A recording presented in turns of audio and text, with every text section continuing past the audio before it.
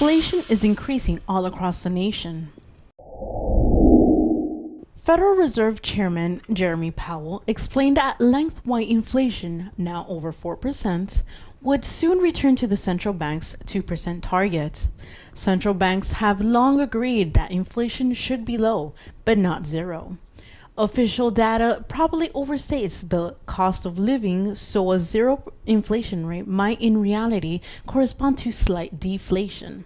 Over time, higher inflation tends to translate into higher wages, although in bad times, inflation has allowed an employer to cut labor expenses by freezing pay so inflation gradually reduces real wages. That is impossible with zero inflation. The employer would have to cut jobs or pay.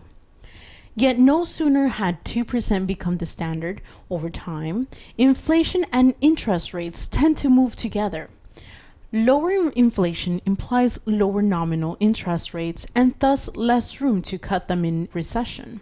Home prices soared at an annual rate at 18.6% in June, the third month in a row of record price appreciation, according to the S&P CoreLogic Case-Shiller. June's rise follows a revised 16.8% gain in May. The monthly rise was 1.8% in line with estimates. Phoenix, San Diego, and Seattle posted the largest gain at 29.3%, 27.1%, and 25%, respectively.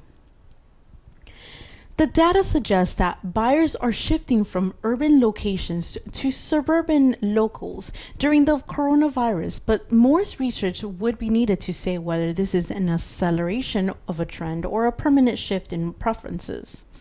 Housing has been one of the strongest sectors during the past 17 months of the pandemic, and it bodes well for an economy that is reliant on consumer purchases.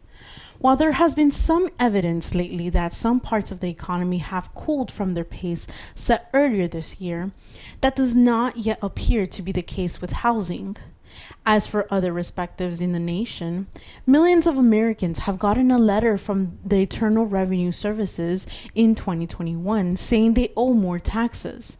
Making what matters worse, many of the letters are about stimulus payments meant to lessen the blow of the pandemic. The explosion of IRS bills to taxpayers fall into a category known as math error notices, and the IRS sent out more than 11 million of them from January 1st to mid-August.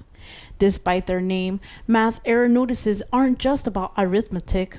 Instead, they are tax adjustments for a variety of issues detected by IRS computers during return processing. They usually result in a tax due, a smaller refund, or even a higher refund in some cases. This year's surge in math error notices isn't a huge surprise to pros. More than 80% of the mistakes involve filers' claim for recovery rebate credits, the term for stimulus payments claimed on tax returns. In the past, taxpayers have been confused by tax changes made in response to a crisis.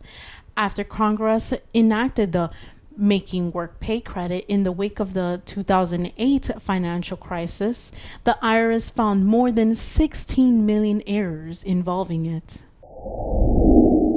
I'm Joyce Grace. Please share, subscribe, and like our page so you can help us inform more people about the latest news around the globe. Thank you for watching our video and see you next time.